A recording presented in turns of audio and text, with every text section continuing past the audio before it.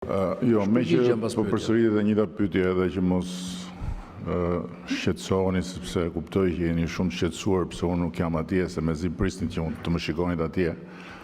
Në fakt unë duhet bëja një zgjedhje midis të përgjigjesha ftesës së babait apo të mikprisja vajzën këtu në Shqipëri.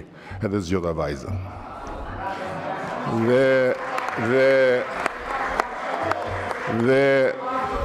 Dhe natyrisht që vajzën e zgjodha me lejen e babait.